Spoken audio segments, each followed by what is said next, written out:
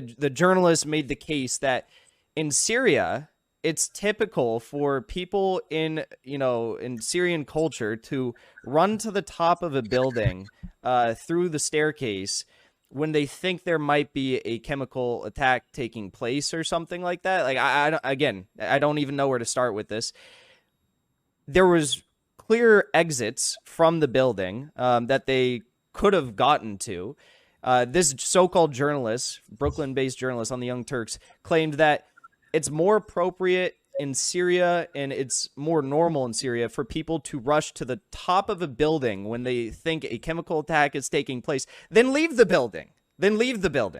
Yeah. And he claimed that, it totally makes sense that people would rush to the top of the building and not leave, and this is because like they think there might be an explosion and the building might topple, which that doesn't make sense either, because if a building's gonna topple and it's gonna fall to the ground, you wouldn't want to be at the top of the building either.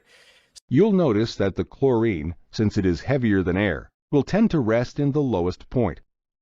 The video is time-lapsed and will show the initial release, the first minute, 5 minutes, 15 minutes, and 30 minutes. You can see the chlorine rapidly escaping through the 3-inch ball valve on the bottom of the tank.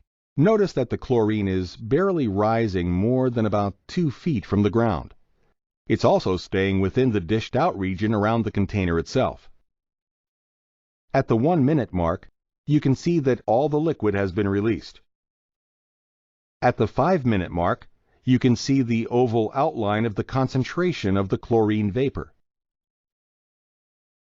At the 15-minute mark, the amount of visible chlorine is significantly reduced, but it is still there.